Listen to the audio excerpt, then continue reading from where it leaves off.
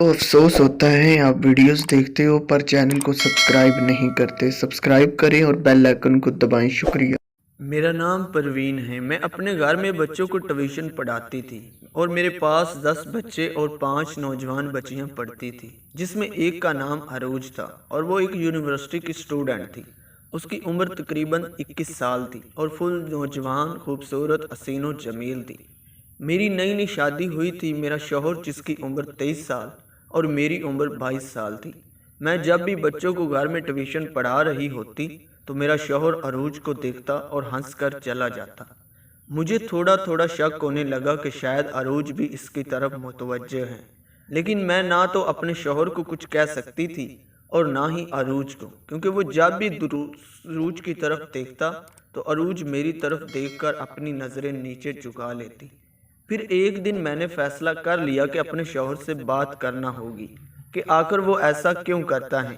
जब मैंने अपने शौहर से रात को बात की तो उसने कहा, तुम बिला वजह मेरे ऊपर शक कर रही हो, ऐसा वैसा कुछ नहीं है। मैं तो अपने काम से बस काम रखता हूँ। तुम्हें नहीं यकीन तो तुम खुद अरूज से पूछ लो। खैर, मैं चुप हो गई और सो गई, लेकिन सारी रात मुझे नींद नहीं आ रही थी, क्योंकि मैं यही सोचती रही कि हमारी शादी को अभी 5 महीने हो गए हैं और मेरा शौहर इस तरह की हरकतें करने लग पड़ा है।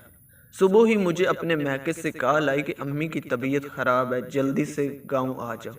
मुझे क्योंकि इमरजेंसी जाना पड़ा तो मैं ये भूल गई कि बच्चों को बता दूं कि सुबह मत आना, लेकिन मुझे याद ही नहीं रहा क्योंकि खबर ही अफसोसनाक थी और मुझे इसी परेशानी में याद ही नहीं आया। तो मैं जल्दी जल्दी शाम को तैयार हुई, क्योंकि गांव काफ़ी दूर था। तो मेरा शौहर मुझे बस में बिठाया। फिर तो मैंने अपने शौहर को कहा कि तुम भी साथ चलो। उसने कहा, नहीं, मैं तो नहीं जा सकता, तुम्हें पता है नया नया काम है, ज़्यादा छुट्टियां की तो काम से निकाल देंगे।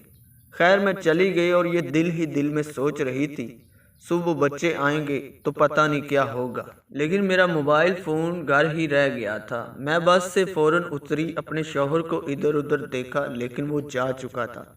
फिर मैंने रक्षा पकड़ा और इस पर बैठकर घर की तरफ चल पड़ी। जैसे ही मैं घर पहुंची, अंदर दाखिल हुई तो कमरे के अंदर से आवाज़ें आ रही थी। मैंने कान लगाकर आवाज़ें सुनना चाही, लेकिन मुझे कुछ समझ नहीं आ रही थी। दरवाज़ा खटखटाया तो अंदर से आवाज़ आई, कौन है? तो मैंने कहा, मेरा मोबाइल फ़ोन अंदर है, वो लेने आई हूँ। वापस तो मेरा शौहर आधे घंटे, बहुत ज़्यादा देर तक सोचता रहा और दरवाज़ा खोलता है। मैंने उससे कहा, इतनी ज़्यादा देर क्यों लग गई दरवाज़ा खोलने में? तो उसने कहा, वो मुझे चाबी नहीं मिल रही थी। लेकिन जब मैंने दरवाजे के पीछे देखा तो मेरे होश उड़ गए कि दरवाजे के पीछे तो अरूज है। मैंने शौहर से कहा, इधर साइड पर आ जाएं, और मैंने अरूज से कहा कि मैंने तुम्हें देख लिया है, इधर आओ, मेरी बात सुनो। मैंने उससे पूछा कि ये कब से चल रहा है? वो बोली, मैडम, आपकी शादी से पहले ही हम दोनों एक दूसरे से प्यार करते हैं, लेकिन मेरे घर वाले नहीं मान रहे थे तो आपकी शादी इससे हो गई। अब हम एक दूसरे के बगैर तो नहीं रह सकते। तो मेरे पाँव के नीचे से अरूज की बात सुनकर ज़मीन निकल गई कि अगर मेरी ज़िंदगी को मेरे शौहर ने बर्बाद ही करना था तो मुझसे शादी ही क्यों की, क्योंकि मेरा शौहर मेरी खाला का बेटा था और अब ना तो मैं कुछ कर सकती थी और ना ही इस मामले में कुछ कह सकती थी।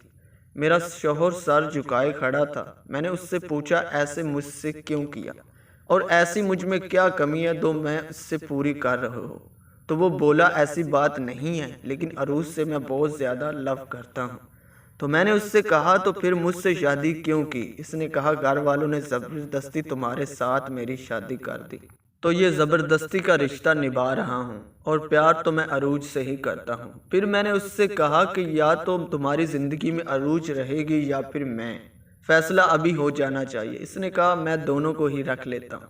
लेकिन अरूज आगे से फ़ौरन बोली, मुझे ये मंजूर नहीं है। मैं बेबस खामोश हो गई कि अरूज तो मेरी स्टूडेंट है और आज मुझे पता चला है कि अरूज तो इससे बहुत ज़्यादा मोहब्बत करती है।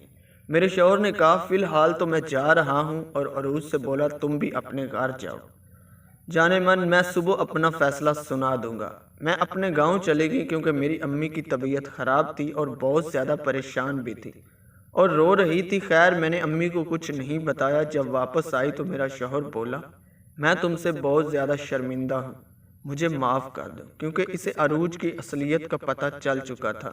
اگر وہ میں سب کچھ بیان کرنے بیٹھ جاؤں تو شاید کہانی لمبی ہو جائے، اسی طرح میری زندگی تباہ ہونے سے بچ گئی۔ ملتے ہیں کسی اور ویڈیو میں۔